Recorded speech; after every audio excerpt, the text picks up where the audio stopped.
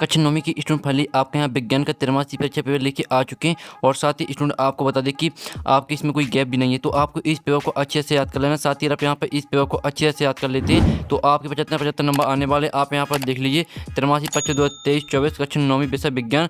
कुल प्रश्न संख्या आपकी 5 रहेगी। समय आपका 3 घंटे रहने वाला और निर्देश आते सही प्रश्न हल करना अनिवार्य है। और दूसरा आता प्रश्न की मांग 1 से 4 तक वस्तुनिष्ठ प्रश्न, जिनके लिए यहाँ पर 30 अंक निर्धारित हैं।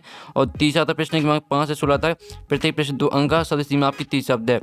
चौथा आता प्रश्न की मांग 17 से 19 तक, प्रत्येक प्रश्न 3 अंक का और सदस्य सीमा आपकी 75 शब्द है।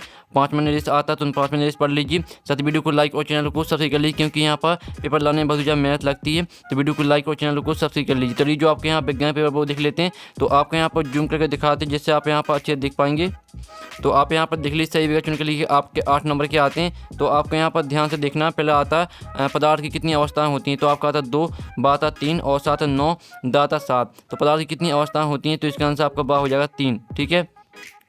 अब चलिए आपका आता सर्वाधिक विषण गुण वाला पदार्थ है। तो आपका आता द्रव, बा आता ठोस और साथ लोहा और दाता गैस। तो यहाँ पर सर्वाधिक विषण गुण वाला पदार्थ है, तो इसका आंसर आपका दा हो जाएगा गैस। तीसरा था मोमबत्ती के जलना है। केवल भौतिक परिवर्तन, केवल रासायनिक परिवर्तन, आकारीय परिवर्तन और उपयुक्त में से कोई नहीं। तो यहाँ मोमबत्ती के जलना है, तो इसका आंसर आपका आ हो जाएगा केवल भौतिक परिवर्तन। फिर आपका चौथा आता है निम्नलिखित में से कौन सा पदार्थ ऊर्ध्वपातित हो सकता है। तो आपका आता है नेफ्थलीन, बाता अमोनियम क्लोराइड और साथ एंथ्रासीन और दाता उपयुक्त सभी। तो निम्नलिखित में से कौन सा पदार्थ ऊर्ध्वपातित हो सकता है, तो इसका आंसर आपका बा हो जाएगा अमोनियम क्लोराइड। फिर 5वां आता पदार्थ की किस अवस्था में कणों के मध्य न्यूनतम रिक्त स्थान होता है।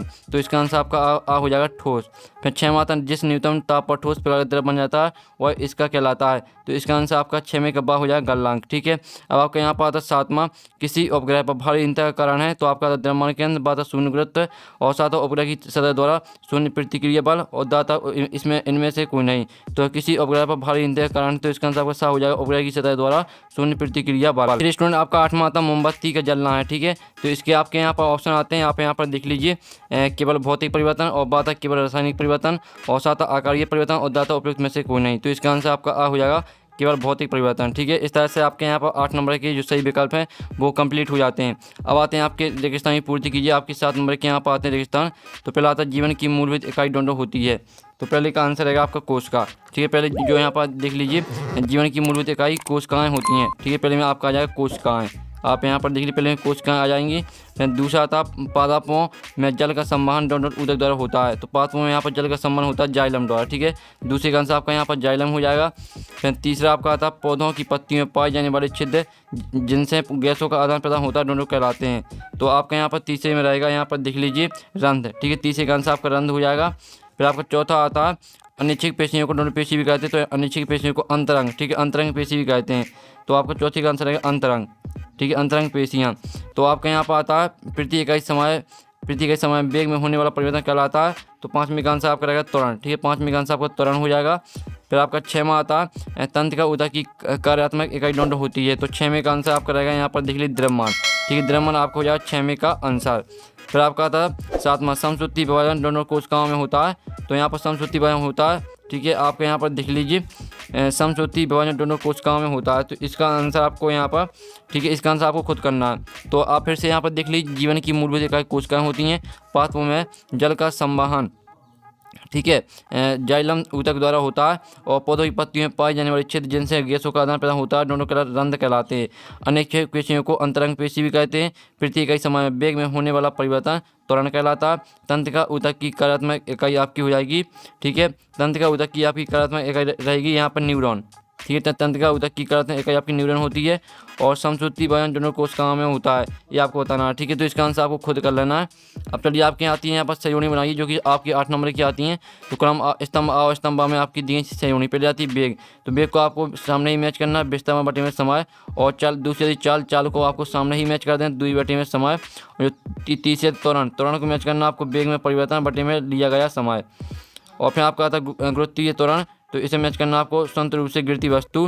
ठीक है। आपको सामने ही मैच कर देनी। फिर आपकी आती 5वीं जड़त्व। तो जड़त्व को मैच करना आपको गति के प्रथम नियम से, और जो आपका आता है गति के द्वितीय नियम, तो इसे आपको F बराबर ma से मैच कर देना। और टेलीस्कोप आपकी हो जाएगी गैलीलियो, और गति का तृतीय नियम आपका हो जाएगा क्रिया बराबर प्रतिक्रिया। ये आपका यहाँ पर इस तरह से आपकी हो जाती है संयुनी। जल्दी से इनका स्क्रीनशॉट ले लीजिए। आपके स्तंभ और स्तंभ में संयुनी दी गई थी, जो इसका स्क्रीनशॉट आप ले सकते हैं।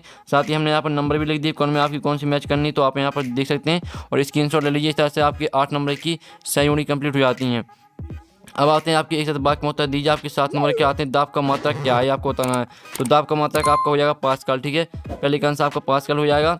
फिर आपका दूसरा था मनुष्यलीय पौधों में किस प्रकार के रंध्र पाए जाते हैं, तो इसमें आपके यहाँ पर रहेगा धसा रंध्र। ठीक है, यहाँ पर देखिए धसा रंध्र पाए जाते हैं, ये आपका दूसरी का आंसर रहेगा। फिर आपका तीसरा था डीएनए का पूरा नाम लिखिए। तो डीएनए का आपका पूरा नाम हो जाएगा डीऑक्सी राइबो न्यूक्लिक अम्ल। ये आपका डीएनए का पूरा नाम हो जाएगा डीऑक्सी राइबो न्यूक्लिक अम्ल। ये आपका हो जाएगा डीएनए का पूरा नाम। फिर आपके यहाँ पर आता है लाल रुधिर कणिकाओं का जीवन काल कितने दिनों का होता है, तो इसका आंसर रहेगा 120 दिनों का। ठीक है, 120 दिनों हो जाएगा आपका यहाँ पर चौथी का आंसर। और पाँचवा आता है एक गाड़ी का ऑडोमीटर किसका मापन करता है, तो इसका आंसर रहेगा आपका दूरी का। ठीक है, दूरी आपका यहाँ पर हो जाएगा पाँचवें का आंसर। फिर आपका 6वां था सार्वत्रिक गुरुत्वीय नियतांक जी का मान लिखिए। तो इसका आंसर आपका यहाँ पर रहेगा 6.67 गुणा 10⁻8। ये आपका 6वें का आंसर रहेगा। ठीक है, 6.67 गुणा 10⁻8 ये आपका रहेगा यहाँ पर 6वें का आंसर। 7वां आता कोष का विभाजन कितने प्रकार का होता है, तो यहाँ पर 2 प्रकार का होता है कोष का विभाजन। ठीक है, आपका यहाँ पर 2 प्रकार का होता है कोष का विभाजन। तो पहले का आप यहाँ पर थे दाब का मात्रक क्या, तो पास्कल हो जाएगा। ठीक है, फिर से सुन लीजिए। मनुष्यलीय पौधों में किस प्रकार के रंध्र पाए जाते हैं, तो यहाँ पर धसे रंध्र पाए जाते हैं। डीएनए का पूरा नाम आपको हो जाएगा डीऑक्सी राइबो न्यूक्लिक अम्ल। और लाल रुधिर कणिकाओं का जीवन काल होता है 120 दिनों का। एक गाड़ी का ऑडोमीटर किसका मापन करता है, तो यहाँ पर दूरी का करता है। सार्वत्रिक गुरुत्वीय नियतांक जी का मान होता है 6.67 गुणा 10⁻8। और आपका आता है 7वां कोष का विभाजन कितने प्रकार होता है, तो यहाँ पर कोष का विभाजन आपका होता है 2 प्रकार का। इस तरह से आपके एक साथ बात में उत्तर हो जाता है 7 नंबर के। अब आपके आते हैं प्रश्न 5वां, ठोसों की अपेक्षा द्रव्यों में विषाक्त अधिक क्यों होती है, 2 नंबर करेगा। अथवा था गलनांक किसे कहते हैं। साथ ही इनके आंसर भी हम कराएंगे। 6 माह तक गर्मी में हमें किस तरह के कपड़े पहनने चाहिए और क्यों। इसका अथवा था गर्म शुष्क दिन में कूलर अधिक ठंडा क्यों करता है। फिर आपका प्रश्न 7 माह तक क्रिस्टलीकरण विधि की 2 अनुप्रयोग लिखिए। ये आपका 2 नंबर कराएगा। आप यहाँ पर देख लीजिए। आप आपका जो 7वीं का अथवा है, तो 7वीं का अथवा देख लेते हैं। तो आप यहाँ पर मिश्र धातु किसे कहते हैं, एक मिश्र धातु के नाम लिखिए। 8वां था मिश्रण एवं एक में 2 अंतर लिखिए, आपको 2 नंबर रहेगा। अथवा था धातु एवं अधातु में 2 अंतर लिखिए। 9वां था कोलाइड बनाने के 2 गुण लिखिए। अथवा था सांद्रता को परिभाषित कीजिए, 2 नंबर का क्वेश्चन रहेगा। फिर आपका 10वां था जाइलम एवं फ्लोएम में अंतर लिखिए। फिर अथवा था श्वेत रुधिर कणिकाओं को सिपाही क्यों कहा जाता है। सभी के हम आंसर कराएंगे, पहले आप इनके स्क्रीनशॉट ले लीजिए और सभी क्वेश्चन अच्छे से देख लीजिए। 11वां था एक समान गति किसे कहते हैं, और अथवा था औसत चाल किसे कहते हैं। फिर आपका प्रश्न 12वां था तेज हवा के चलने से किसी पेड़ के फल पत्ते क्यों गिर जाते हैं। फिर आपका अथवा था एक खड़ी हुई बस पर कौन कौन से बल कार्य कर रहे होते हैं। ठीक है, यहाँ देख लीजिए। फिर 13वां क्वेश्चन आता संतुलित बल किन्हें कहते हैं, और अथवा था असंतुलित बल किसे कहते हैं। फिर आपका 14वां क्वेश्चन आता है गुरुत्वाकर्षण का सार्वत्रिक नियम लिखिए, और अथवा था गुरुत्वाकर्षण नियम को सार्वत्रिक नियम क्यों कहा जाता है।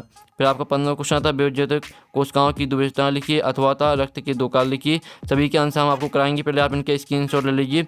16वां क्वेश्चन आता है समश्रुति भजन किसे कहते हैं। अथवा था बर्फ का टुकड़ा जल पर क्यों तैरता है। 17वां क्वेश्चन था पदार्थ कोशिका के नामांकित चित्र बनाइए, 3 नंबर करेगा। अथवा जंतु कोशिका का नामांकित चित्र बनाइए। फिर आपका 18वां क्वेश्चन था माइटोकॉन्ड्रिया कोशिका बिजली क्यों करती है, आपका 3 नंबर करेगा। अब चलिए 18वें का आपका अथवा देख लेते हैं। तो 18वें का अथवा लाइसोसोम को आत्महत्या थैली क्यों कहा जाता है। फिर आपका आता है 19वां क्वेश्चन, तो 19वां क्वेश्चन देख लीजिए। फिर आपका 20वां क्वेश्चन आता है, तो 20वां क्वेश्चन भी आप यहाँ पर देख लीजिए। 20वां क्वेश्चन आपका 4 नंबर करेगा, तो जल्दी से स्क्रीनशॉट आप ले सकते हैं। 21वां क्वेश्चन था पदार्थ कोशिका में जंतु कोशिका में आपको यहाँ पर अंतर लिखना। ठीक है, 4 अंतर लिखना। अथवा था समश्रुति भजन और अश्रुति भजन में 4 अंतर लिखना है। 22वां क्वेश्चन था निम्नलिखित तापमान को सेल्सियस में लिखिए। तो 300 केल्विन और 573 केल्विन को आपको सेल्सियस में लिखना है। इसका अथवा था दूरी व व्यवस्था में 4 अंतर लिखिए। तो इस तरह से पूरा आपके यहाँ विज्ञान का पेपर हो जाता है। साथ ही इसका सॉल्यूशन है, सॉल्यूशन मिल जाएगा आपको टेलीग्राम ग्रुप में, और टेलीग्राम ग्रुप की लिंक वीडियो के डिस्क्रिप्शन दी रखी है। तो हम यहाँ पर नेक्स्ट वीडियो में मिलते हैं। Take bye bye.